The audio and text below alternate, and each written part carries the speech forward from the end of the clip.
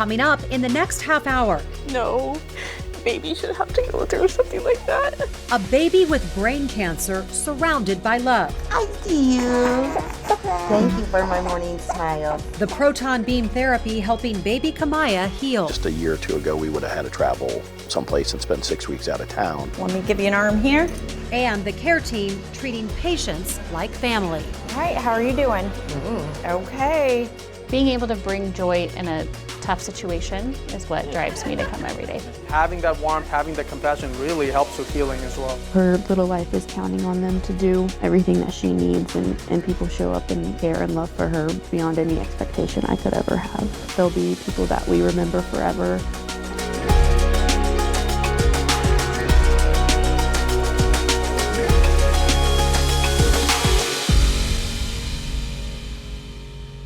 Welcome to the Morning Medical Update. Cancer, choices, hope, and science. We are coming to you from the Dulcie Simons Jr. Family Broadcast Studio here at the University of Kansas Health System. I'm Jessica Lovell. Little Camaya Miller seemed healthy until right after her 6-month checkup. That's when she stopped laughing, stopped babbling, and stopped making eye contact with her mom. Then her head started swelling, her eyes started to cross, and doctors soon discovered a golf ball-sized tumor growing inside her brain. Since then, Camaya has spent most of her life at a hospital. 5 rounds of chemo total. We've had the brain tumor removed, so she's had several surgeries, 3 bone marrow transplants, and then we're on our last leg of radiation now. Alexis Del Cid shows us how a pencil-thin beam of hope is healing her.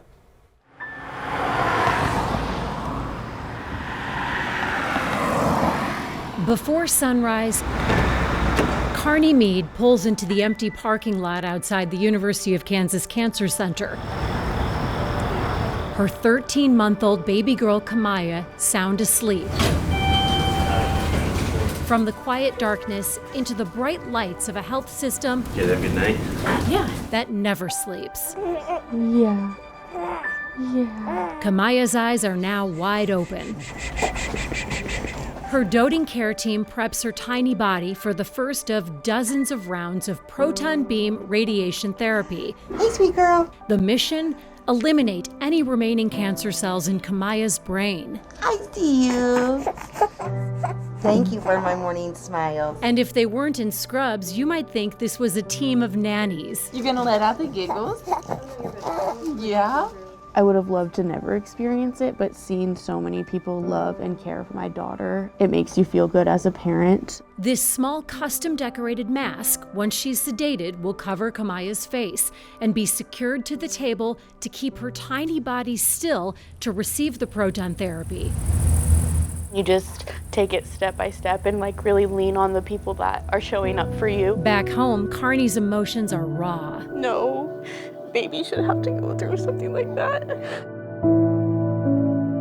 One seriously sick infant is a lot to care for, but Carney has 3 more little ones who need her. What's a puppy say? Kaya, who's not even 2 years old,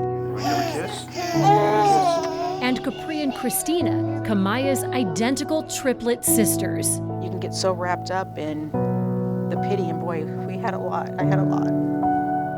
How somebody can be as strong as her, and I mean, she's gone through more than anybody I've ever seen, any person in my life that had to go through.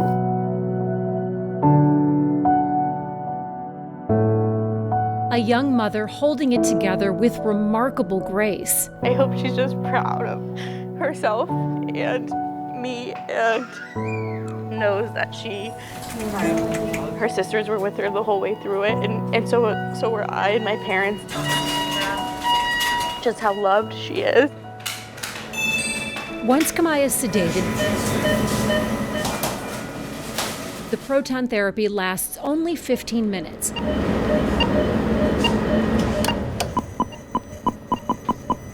Afterwards, members of Camaya's care team carefully remove the mask, lift her off the table, and wheel her back to the hospital room where she'll eventually wake up. Her little hand wrapped around her mom's finger. Can you open your eyes? Camaya.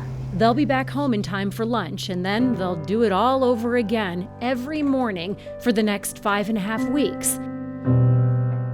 If you ask Carney who the strong one is, she'll say it's her daughter. I think I'm as much meant to be her mom as she is to be my baby, and All right, bye-bye, sweetie. See you tomorrow. Bye-bye.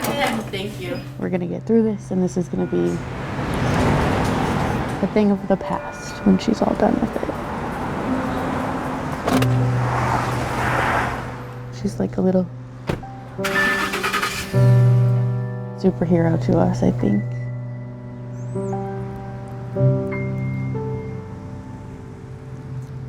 And Carney joins us now. Carney, how are you doing? Or maybe a better question is, how tired are you? Are you getting any rest? Yeah, honestly, I think my sleep schedule was kind of thrown out the window when I had triplets, but I'm doing good. Kamaya's doing good, so yeah. So Camaya has been through about a week of proton radiation so far, 4.5 weeks to go. What are you looking forward to the most once all of this radiation is done and behind you? Yeah, I think that, just kind of getting Camaya back right now. She still, has the side effects of being tired from sedation or radiation or the nausea or whatever might come of the treatments. But just kind of getting her back and feeling good and watching her accomplish everything that she's going to from here on out, whatever that might look like for Camaya, is just really exciting. And I can't wait to see it and be a part of it with her. So we know that cancer treatment can put off an adult's appetite. How has it impacted Camaya's appetite? How do you feed her? Yeah, so Camaya, one of her side effects of chemo has actually been mucositis. And so she can't keep a whole lot of her formula down. We did have an NG tube placed for a long time, but just kind of as we kind of were ending treatment and she still wasn't tolerating that well, it's called TPN, and it's through her port that she has on her chest. And so hopefully we're kind of working towards, some baby food and back to some formula here in the next couple of weeks. I know she's working really hard with speech to get there, but in order to meet her nutrient requirements, we are doing TPN at the moment. You are on top of it, doing so well. Camaya has, as we know, spent a lot of time away from her two sisters. What's it like, though, when they're all back together? Oh, I've always told all the hospital staff just that she just thrives at home. They get so excited to see her, and I think they're better than any medicine that we could give her at the hospital. So when we do get to go home, you're just so excited for her and for them. They're mobile and they're trying to get to her, and she just loves sitting there and watching them play and listen to them talk and hear them laugh, and she'll get in on the mix, and it's really a warm feeling as a mom, seeing all of my girls together and just enjoying that time together again. So with triplets, what have doctors told you about the risk of cancer in Camaya's other two sisters? Yeah, so the triplets are identical, so meaning that they have the same DNA. At the beginning of her diagnosis, I did have to sit down with her doctors and kind of go over the risks for my other daughter who's not her triplet, and then the other two that are her triplet sisters. And I had to immediately go get them scanned for their brains, and then we did genetic testing for Camaya. And hers came back that her brain cancer was not due to genetics. So for the other girls, that's a sigh of relief, but definitely scary conversations to be a part of, and realizing how this could have affected, more of my children than just Camaya. Sure. Scary, no doubt. But some of Camaya's care team is here with us today. Dr. Ronald Chen is the chair of Radiation Oncology at the University of Kansas Cancer Center. Dr. Chen, you grew up in Topeka, you went to Harvard, and now you're back home again. So we're very, very lucky to have him. Also, you're editor-in-chief of a scientific journal, and you have also written several books and national guidelines that teach doctors around the world how to treat cancer. So we're glad to have you here with us during this conversation. Dr. Ronny Rotondo is right here next to me. He is the Cancer Center's medical director of proton therapy. He's also the first doctor in the world to be fellowship trained in pediatric proton therapy. Good to have you.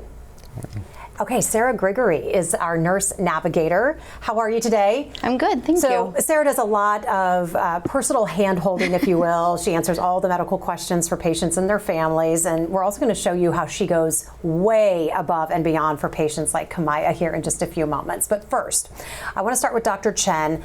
Dr. Chen, what are the key differences between proton therapy and maybe other more conventional forms of radiation?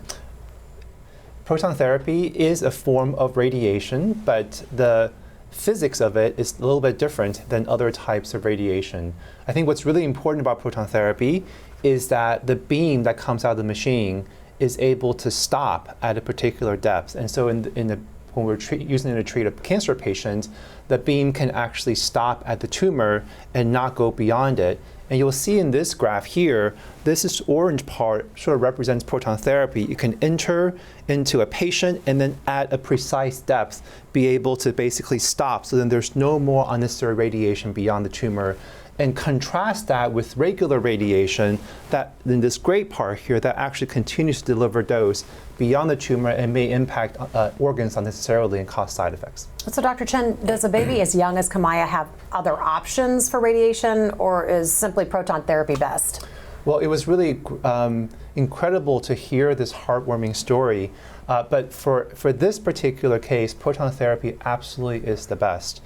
For a small child with a brain tumor, when radiation is necessary to completely eradicate the tumor and cure the patient, proton therapy in this case is absolutely important because it's able to, in this case, minimize the radiation dose to other parts of the brain, which is so important for a small child who is growing.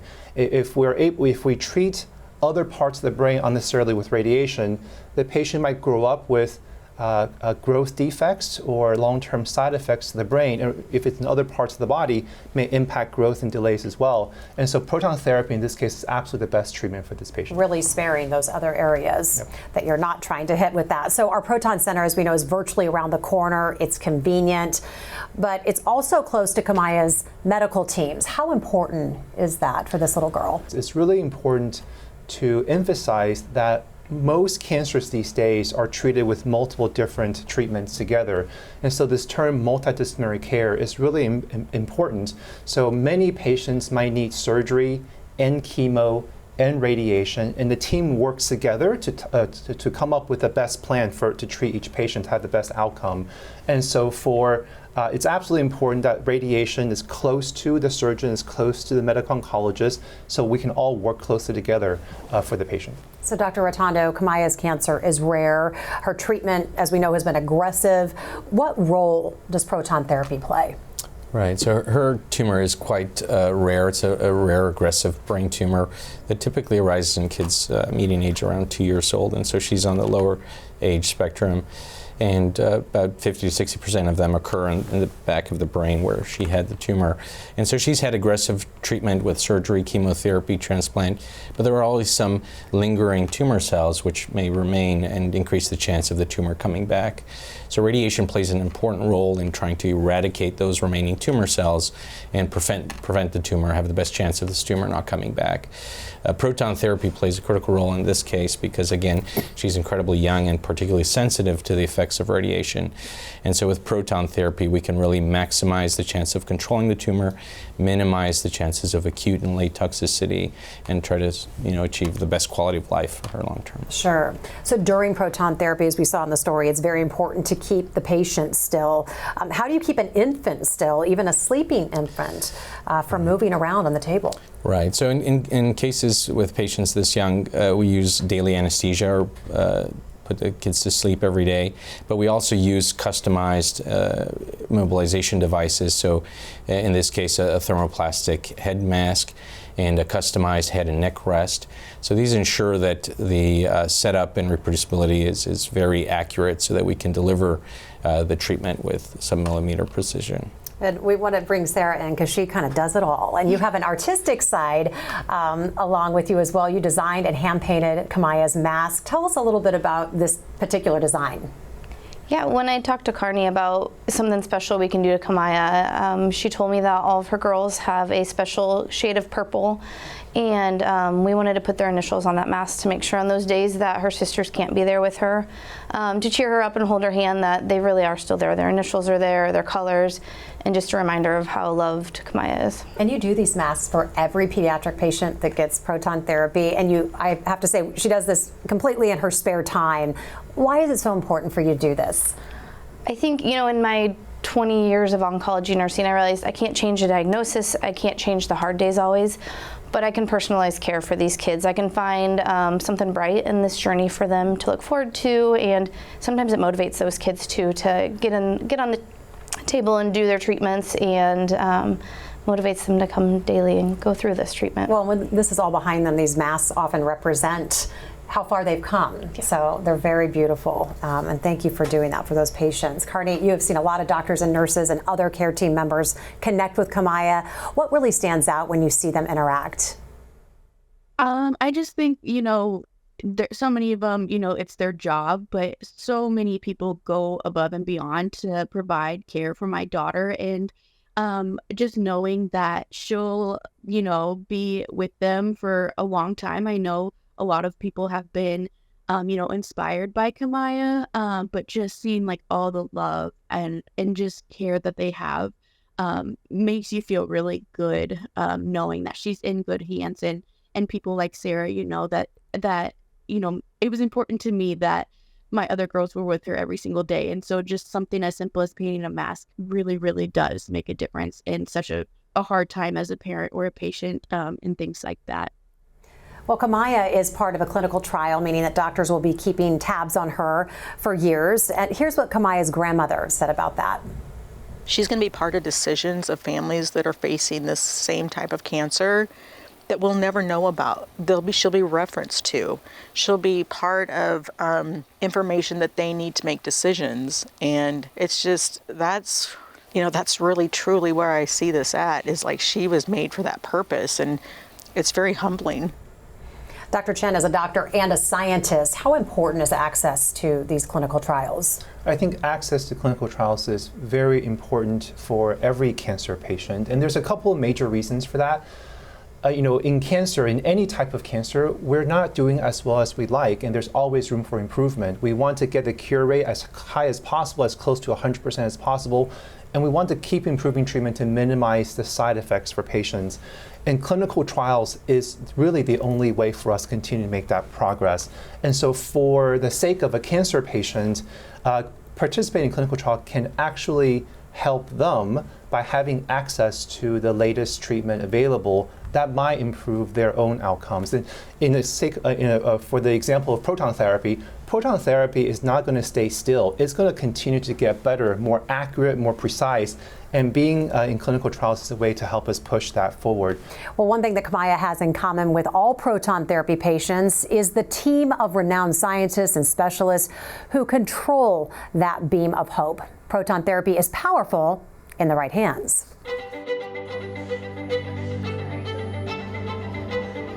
All right, let me give you an arm here.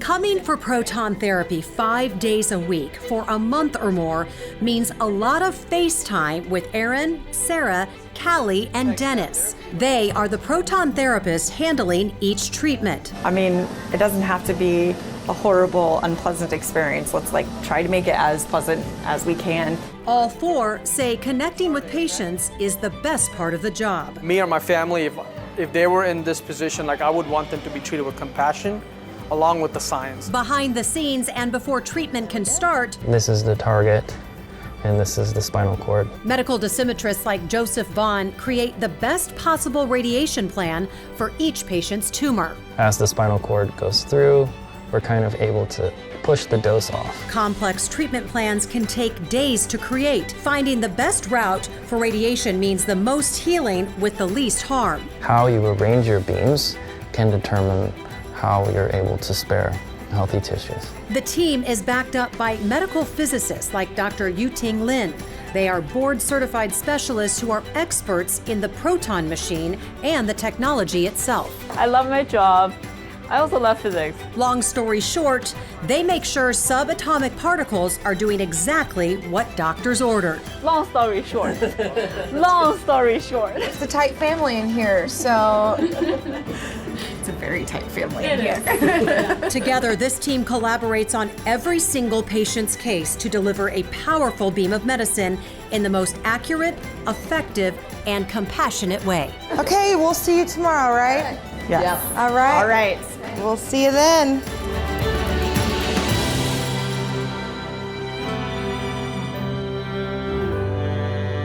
Okay, now that team seems fun to work with. Dr. Chen, we want to let you brag on some of your team that we just saw. And we want to start with dosimetrist Joseph Vaughn, who I hear is a very humble person, but perhaps should not be. Why is that? Well, first, let me explain what a dosimetrist does, because I think a lot of times the cancer patient comes through and they just see the doctor and they really feel the doctor actually does everything, which is actually not correct. We work with a team. In a radiation oncology department and in a proton therapy program, the dosimetrist is the person behind the scenes who actually creates the radiation plan for each patient.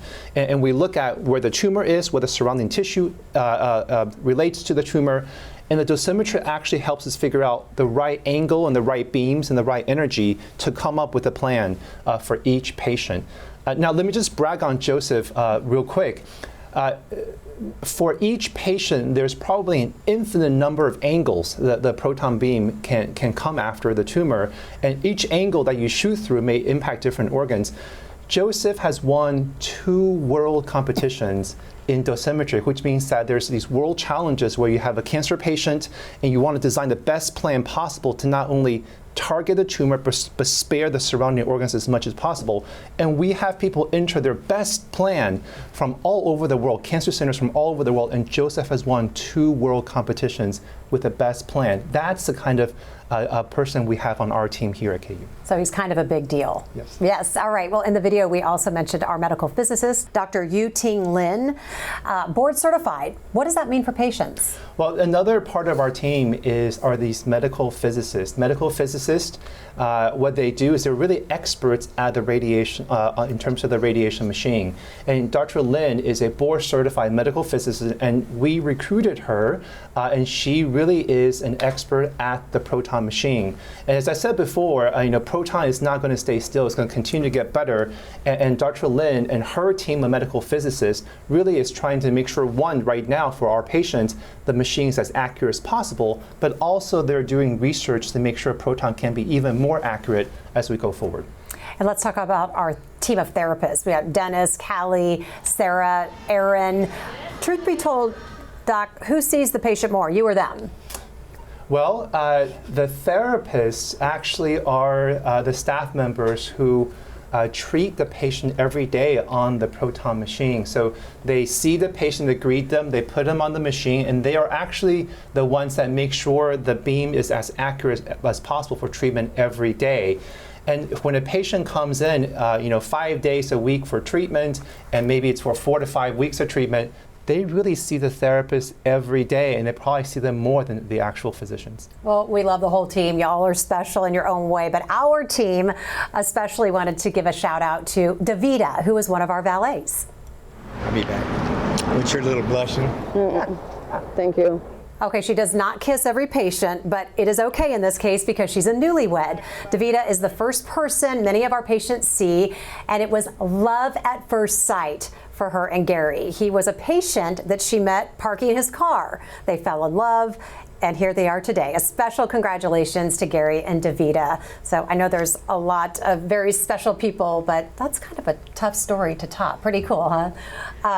On our morning medical update, we love getting questions directly from our community. Cheryl wrote in after seeing last week's episode on breast cancer. We had said that going to an NCI comprehensive cancer center can lead to a better diagnosis. But does NCI status make a difference when it comes to proton therapy, Dr. Chen? Absolutely, I think so.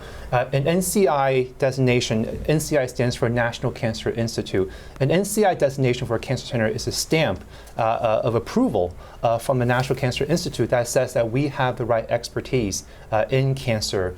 And I think for proton therapy, it's so important that not only do we have the right equipment, but we have the right team of physicians, dosimetrists, physicists, therapists that's actually able to take care of the patient. And that experience and expertise is so important and absolutely contributes to the best outcome for each patient possible. Dr. Rotondo, Bruce has a question asking if my doctor wants to send me somewhere else for proton therapy, but I want to come to you, what do I tell my doctor?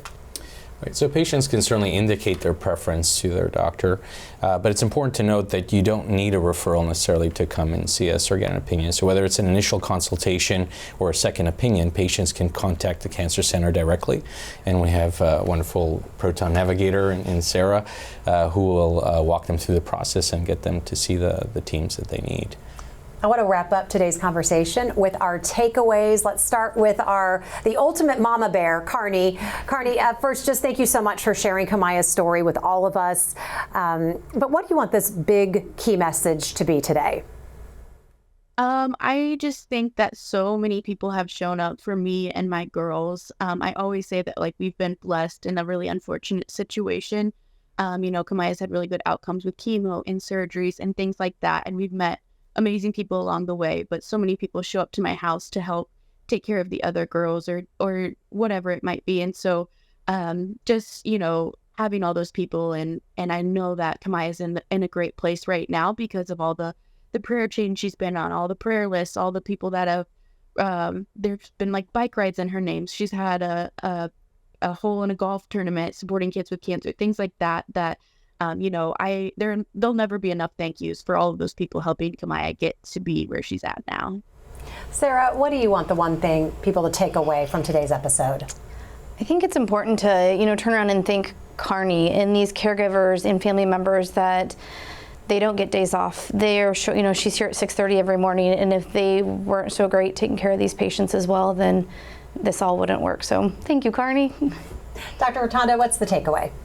So just that, proton therapy is the most precise, advanced form of radiation therapy available, which really allows us to target the tumor precisely while minimizing radiation to surrounding normal healthy tissue. And what that means for patients is really a high chance of controlling tumor with a significant reduction in both acute and long-term effects of treatment, and really trying to ensure the best quality of life possible. Absolutely.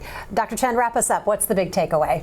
Well, first of all, thank you for allowing us to highlight proton therapy to educate the community about this. But I wanted to emphasize that proton therapy is not all the same. I think many places can have a machine, but not all proton machines are the same. The accuracy of each proton therapy machine is different in terms of accuracy targeting the tumor and minimizing doses surrounding tissue. And also, you want to have the best team possible on your side, on the proton team. The best doctor, the best dosimetrist, maybe the world's best dosimetrist, navigator, nurse, physicist, and that team of operating the machine really makes a difference for every patient. Thank you all for being with us today. The Morning Medical Update also streams live on Facebook and YouTube. Check out facebook.com/KU Hospital and youtube.com/KU Hospital for more interviews with patients and their expert doctors. Thanks again to our guests, and thank you to you for watching. Hi, I'm Dr. Ronald Chen, Clinical Service Chief of Radiation Oncology at the University of Kansas Cancer Center. If you've received a cancer diagnosis, proton therapy may be right for you. Our powerhouse team of proton experts, including a highly specialized proton therapy nurse navigator, is unparalleled in the region. Call 913-588-1227 today to connect with a nurse navigator.